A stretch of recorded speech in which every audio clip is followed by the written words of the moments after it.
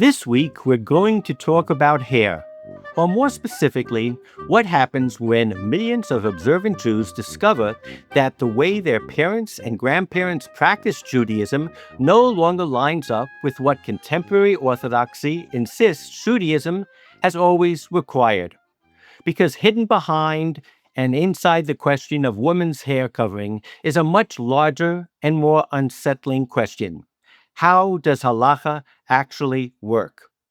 Does Jewish law emerge directly from biblical text and immutable rules, or does it evolve in conversation with culture, communal norms, and lived reality?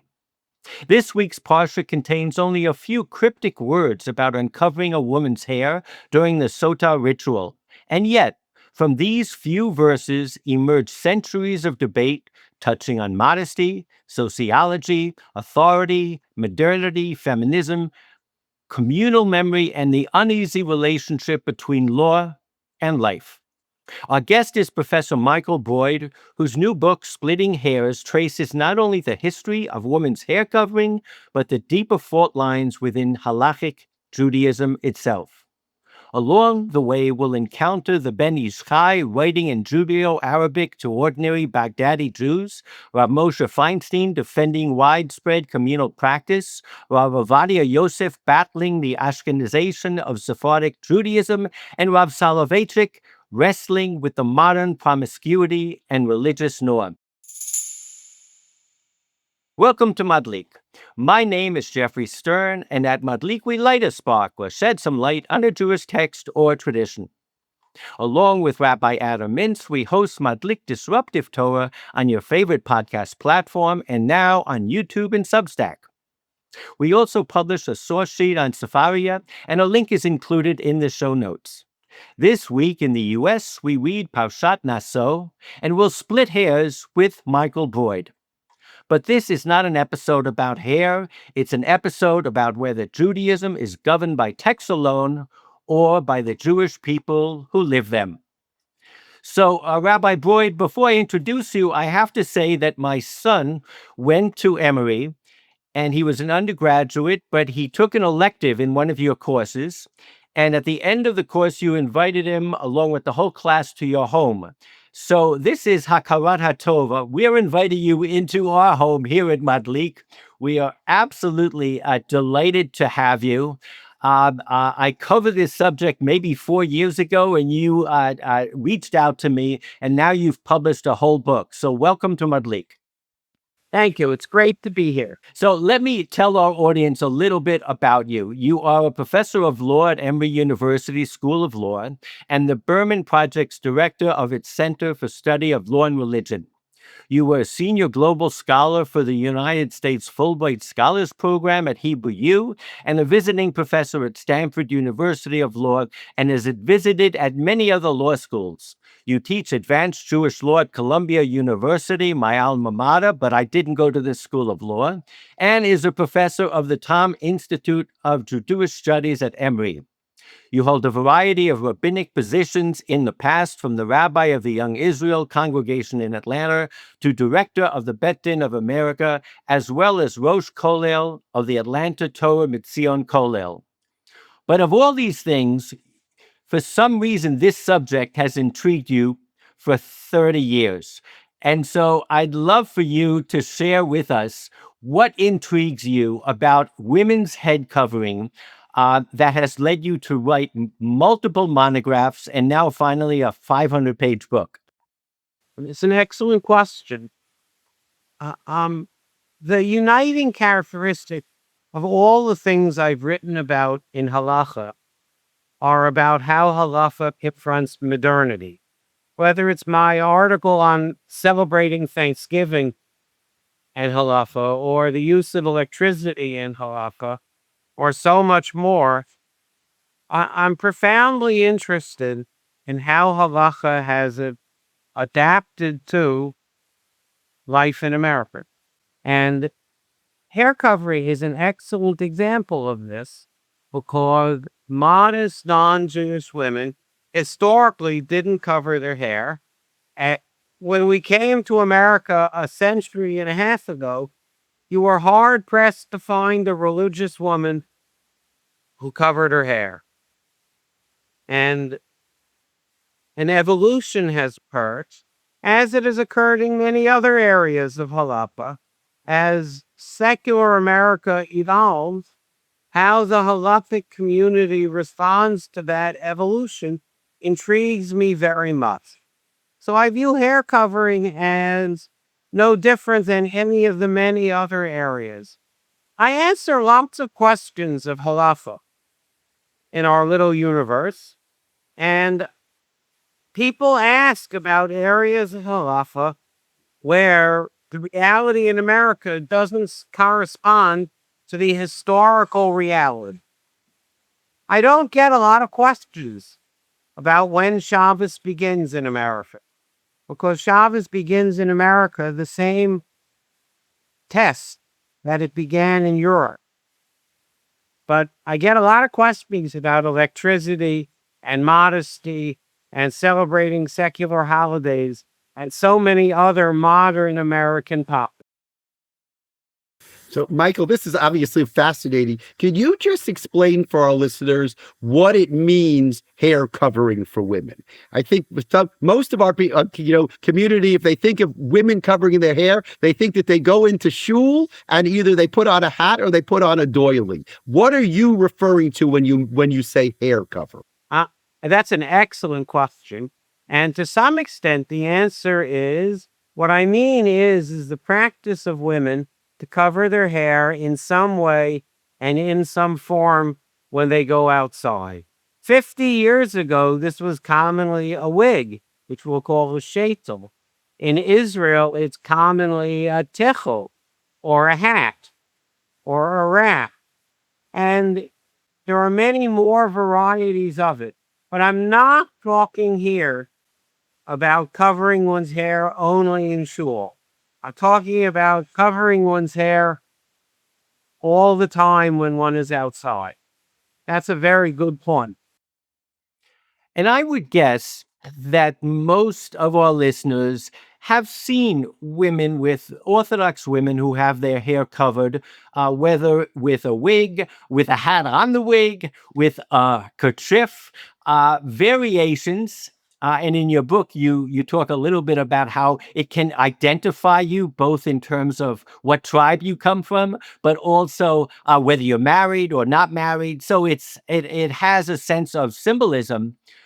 But I think that most of us would assume that, and I'll use the word that most people use, that is authentic Judaism. And somehow our parents or grandparents decided to shed their hair covering. And there's a division now between either modern Orthodox or conservative, Reform, typical Jews. And one of the things that you argue is that, in fact, over the last 200, 300, 400 years, recent history, the truth is that the norm was that most women, as Orthodox and observant as they might have been, did not cover their hair. And one of the intriguing things that you reference is something called the Modesty. This kind of making an argument to stand up for our forebears, to make sure that we're not under an illusion that those of us who can remember our grandmother or great-grandmother who didn't cover their hair, that somehow they were doing something wrong, that there is a tradition in Judaism to kind of argue for the fidelity of a Jewish community that doesn't seem to adhere to the Halakha. And I just found that fascinating. You quoted Moshe Feinstein, you quoted the Shulchan Aruch, that basically there is a tradition of defending communities whose observance is different than ours, and maybe from some perspective, less observant than ours. Talk about that for a second, because that was novel to me. I think that what Rabbi Feinstein means, and it's not unique to him, is that when I encounter a community that generally keeps halakha, they keep Shabbat, and they keep kosher, and you see an odd practice that's inconsistent with what you think the text requires, you should seek to defend that odd practice. We're not talking about defending the practice of a community that's wholeheartedly unobservant. We're talking about defending the practices of a community that is wholeheartedly observant. And yet, they're not doing this. And you should seek to work very hard to defend the practices of a community that is on the whole observant, even if they're not doing this. I think that that's standard rabbinic care. Rabbis defend the practices of generally observant communities that don't seem to be observant in this specific detail or that specific detail. And I very much believe in doing that. I grew up in a community that's Shomer Shabbos and keeps kosher, and married women didn't cover their hair. But that not covering the hair was not connected to a general laxity of observance. As I observed to somebody else in a different context, our grandparents struggled mightily to keep Shabbat when keeping Shabbat was hard. If they didn't cover their hair, it's because they didn't think they had to, not because it was too much. Keeping Shabbat was too much, and they did it anyway. Had you told them that Halakha requires hair covering, they would have covered their hair. They didn't think Halakha requires it. That's my general understanding of what we're talking about. Now, Michael, this is fascinating. We talk about, so let's go back to Rabbi Feinstein. The idea that you need to defend the practices to justify the practices of a basically observant community, even in situations where they may not be doing what your interpretation of the halakha requires. What's the halakhic rationale for justifying behavior that's not halakhic? So I think that Rabbi Feinstein is, in your core intellectual way, a pluralist, which is he understands that many areas of halakha are open to more than one reasonable explanation. And even though he has an opinion on which of these explanations is correct, he recognizes that other explanations are possible and other halakhic authorities will adopt other explanations. And when I encounter a community that's basically observant, I need to search mightily to find an explanation for why they're doing it. I think that that's right. I love his language, though. He says one must find a reason why they conducted themselves this way. It's almost a variation on what we call Dan Lekav Zchut. It almost sounds like a Hasidic story or Rav Kook when he saw a car driving by on Shabbat and said Mazel Tov because they must be going to the hospital to give birth to another Yiddish kid. I love the fact that it almost empowers us and obligates us to find the beauty of the Jewish people. And I know there is a halakhic issue here, but you have to agree there is a nuance that it's worth our while to go that extra mile to determine and to prove that previous generations or maybe the parallel communities are actually beautiful Jews. We're not going to dwell on this too much, but I do think that for 30 years in one of your statements, you said you've done this, and that has been one of the compelling reasons, and that's fascinating to me. I think that Rabbi Feinstein is no Rabbi Kook. He's only prepared to do this for communities that are essentially observant, and that this is a very important distinction. Rabbi Feinstein doesn't say this for everybody. He thinks that when you encounter an Orthodox community, that's what you should get. And now, a word from our sponsor. If there's one thing we value at Madlik Podcast, it's reading texts and talking about them. That's why I'm excited to share something I created called Voice Gift Play. It fits in the palm of your hand like a remote control and clips onto any book. It's inspired by those old school museum audio guides, but this is personal. Voice Gift Play stores up to 10 hours of audio across 999 numbered recordings. You simply enter a number to record a comment, memory, or explanation, and enter the same number to play it back. It's perfect for B'nai Mitzvah practicing their laning, capturing Grandpa's favorite tune, or recording Chad Gad Yar in a voice that matters. Go to voice.gift. That's www.voice.gift and use code Madlik for 15% off.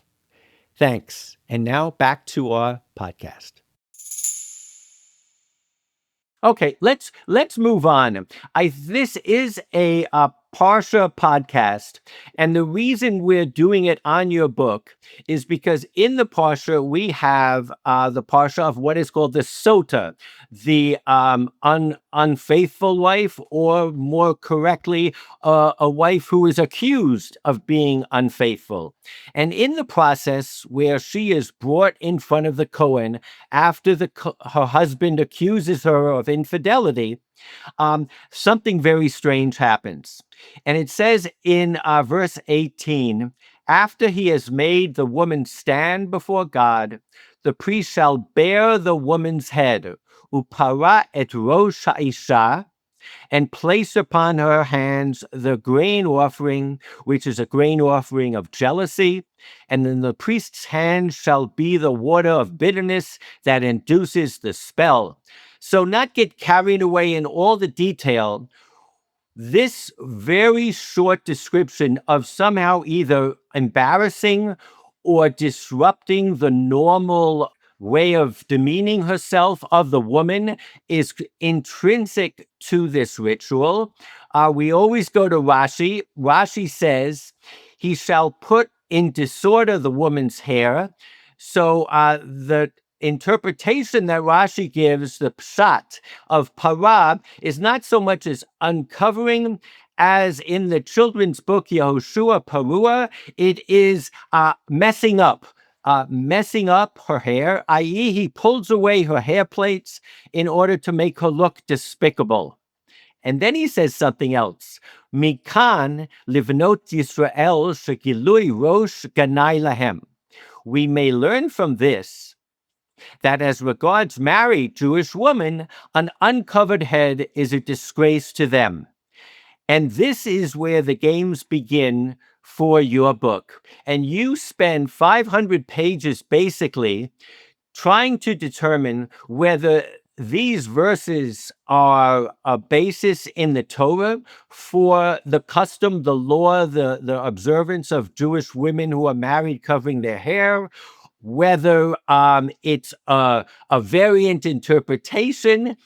It is kind of fascinating. I will say that the reason I say the Peshat is Rashi in two other places. When he talks about para, he says the first time is with regard to the Nazir, the Nazirite, who takes an oath not to drink, not to shave, cut his hair. He lets his hair grow wild.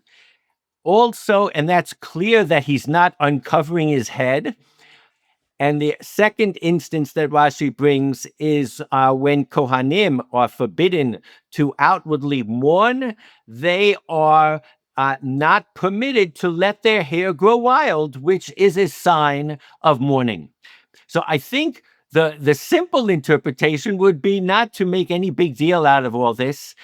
But Rashi says, quoting the Talmud and others, this is used as a pretense, or this is the source of the fact that uncovering a married woman's head is a disgrace.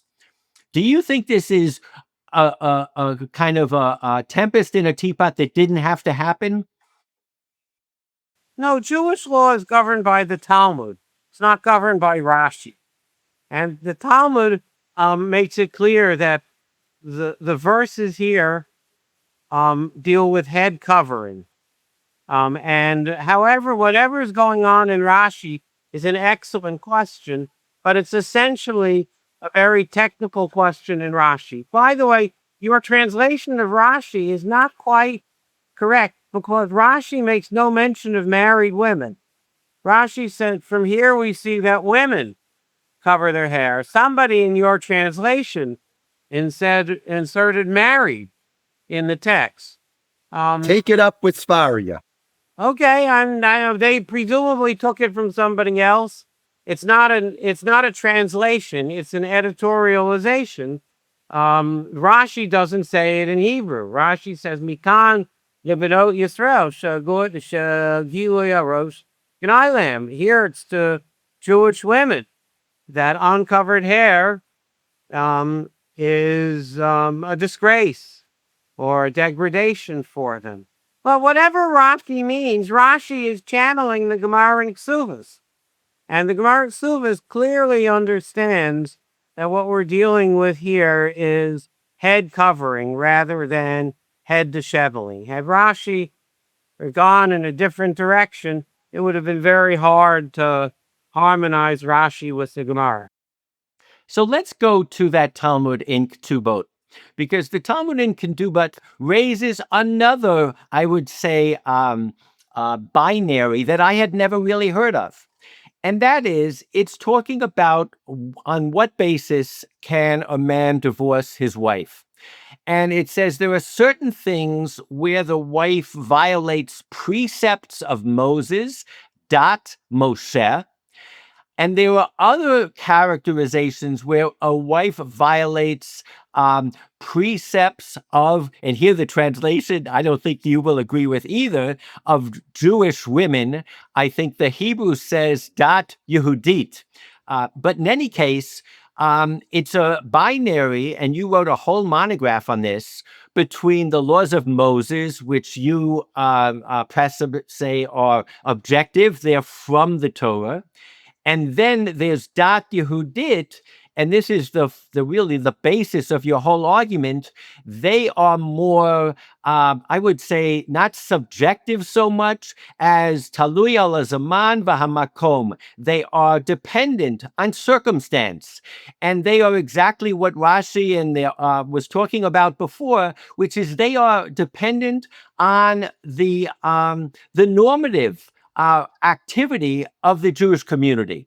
Could you explain and unpack a little bit this binary between Dat Moshe and Dat Yisrael, and the fact when you marry somebody, you say Kedat Moshe v'Yisrael. You're actually referring to these two different concepts.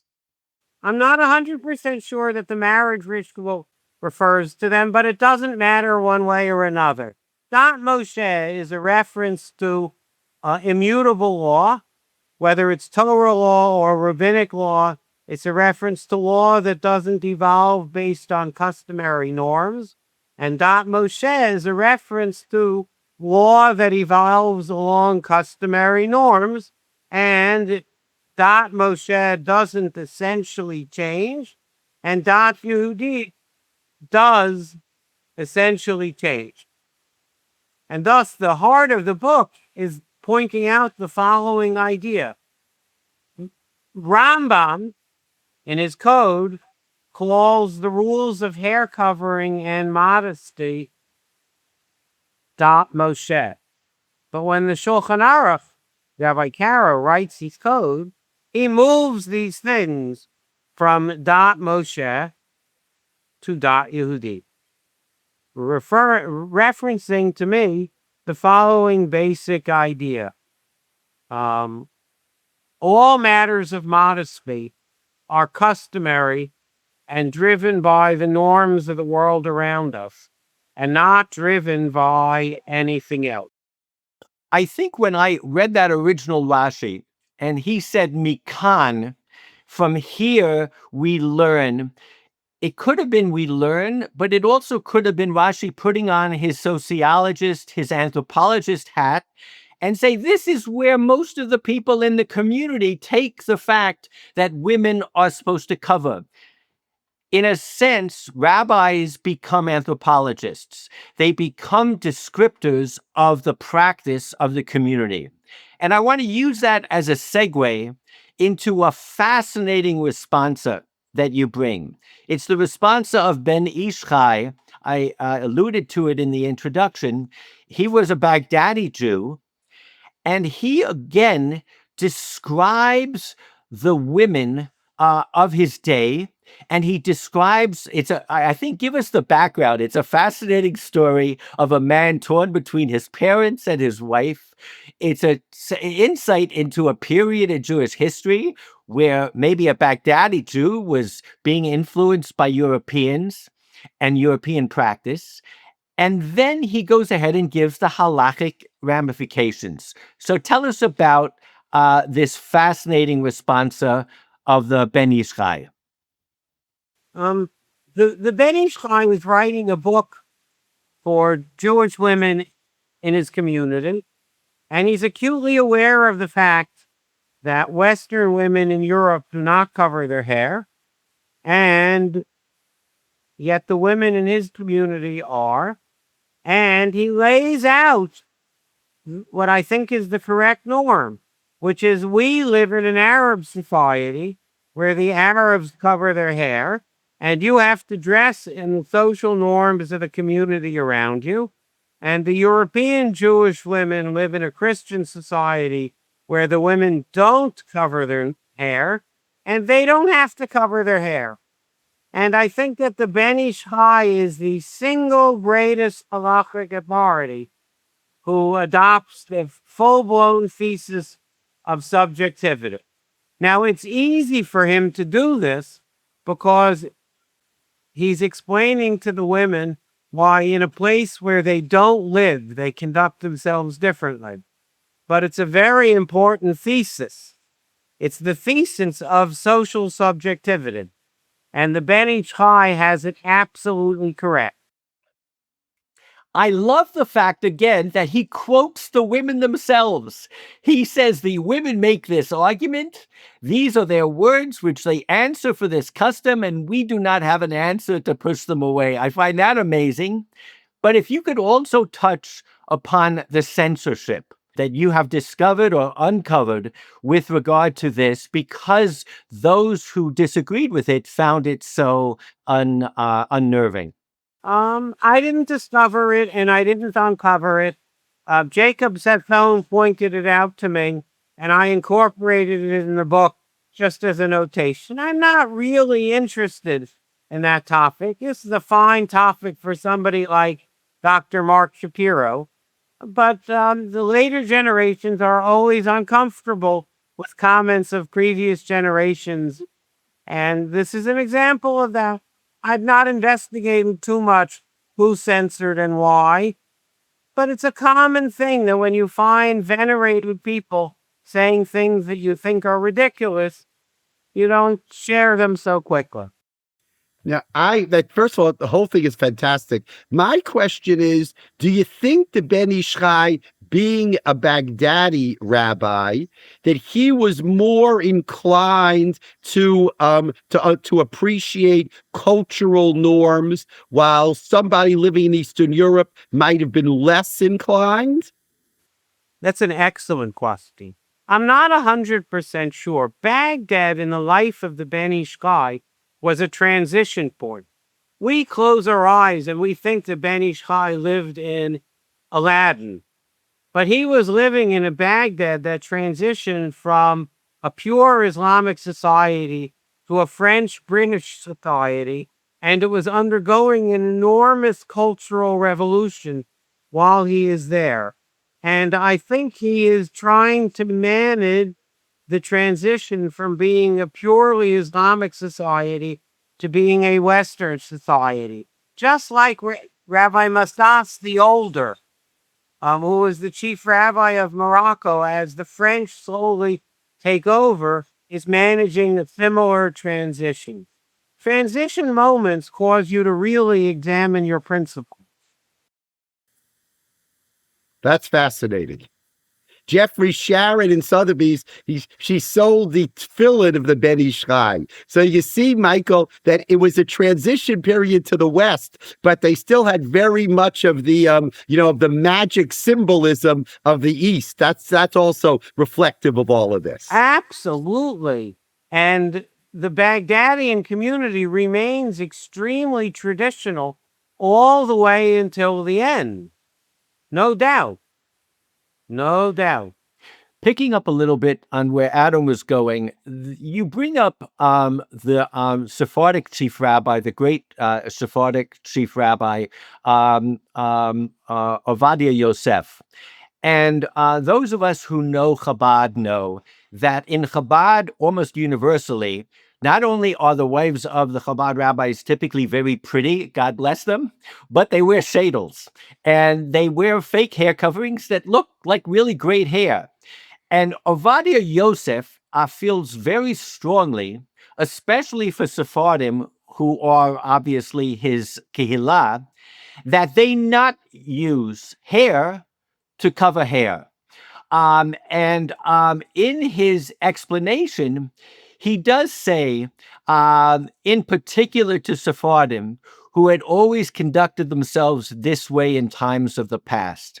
And again, I think this triggered in me this sense that we are involved here with culture wars, with people identifying themselves, whether their marital status or from which community they come from. And from that perspective, the sociology that you identify lies behind halakha, I guess also shows itself. Do you feel there's any weight there that Ovadia Yosef felt so strongly about this in terms of Sephardic women giving up what made them proud Sephardic women, doing something different than the Moroccan Abichai that we just talked about? He wants them to retain their identity. And covering the hair is one way that he feels very strongly about. Well, I want to reflect for a minute how unusual the wig covering is. We don't permit things that should be covered to be covered by something that looks like it. We don't permit people who need to cover their chests to cover their chest with pictures of their chests. And we don't permit people who need to cover their legs to cover their legs with pictures of their leg. The practice of covering hair with a wig is extraordinarily unusual, and it itself reflects the de-eroticization of hair. If hair were genuinely erotic, we would not permit hair to be covered with hair. And the Ashkenazi practice of hair covering has this double unusualness.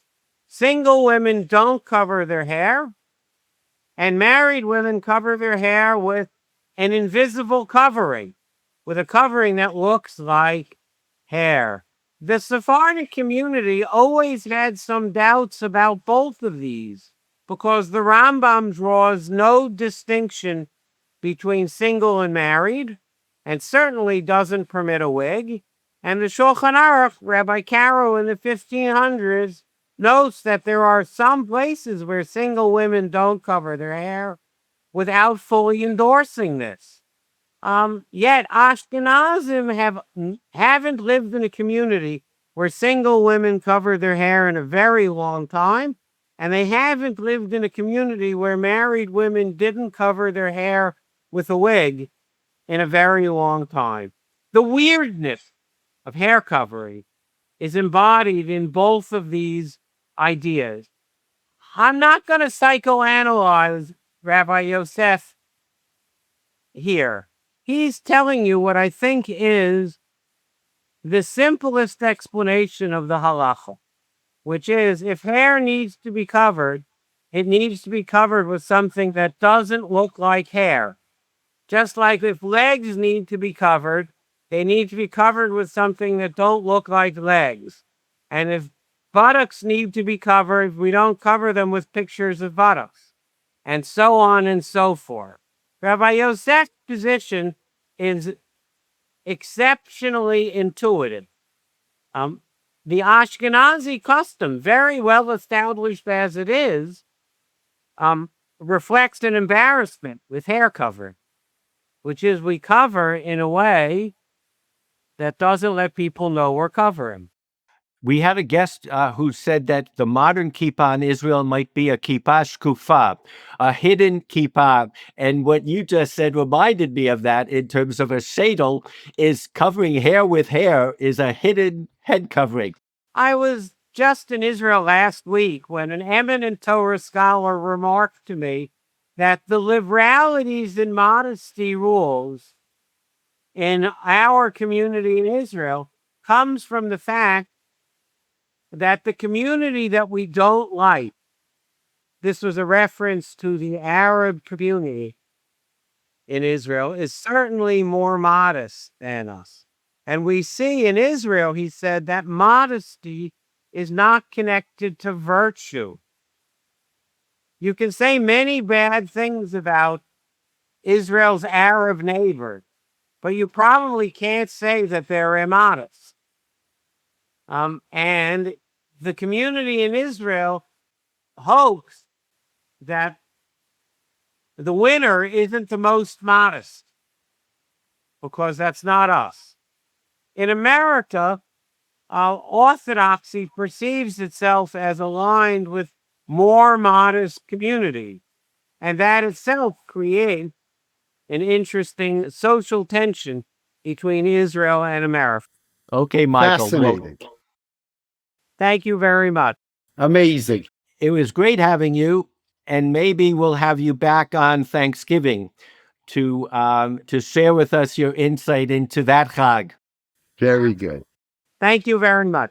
Thank you, Rabbi Professor Michael Broyde. Shabbat Shalom, everybody. Thank you, Geoffrey. An amazing week as always. We look forward to seeing everybody next week. B'ha'alotcha. B'halotcha. See you all next week.